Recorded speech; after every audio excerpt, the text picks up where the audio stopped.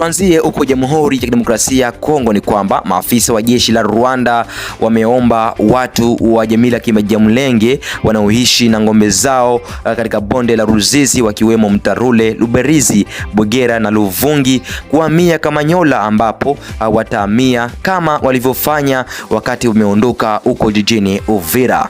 Leo watu wa Wanyamulenge na ng'ombe zao wao walianza kuhamia Kamanyola kwenye mpaka kati ya Rwanda na DRC.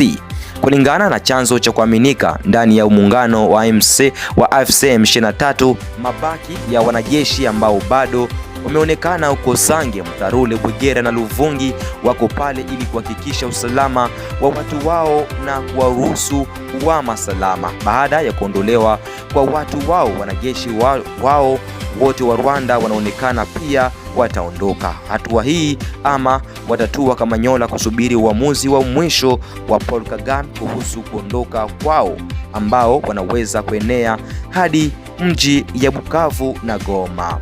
Jenerali Ngoma Nzito alipowasili Sange hiyo jana tarehe 11 mwezi huu Mei mwaka 2026 amepokelewa na watu huku akiitwa jina la raia Karibu Musa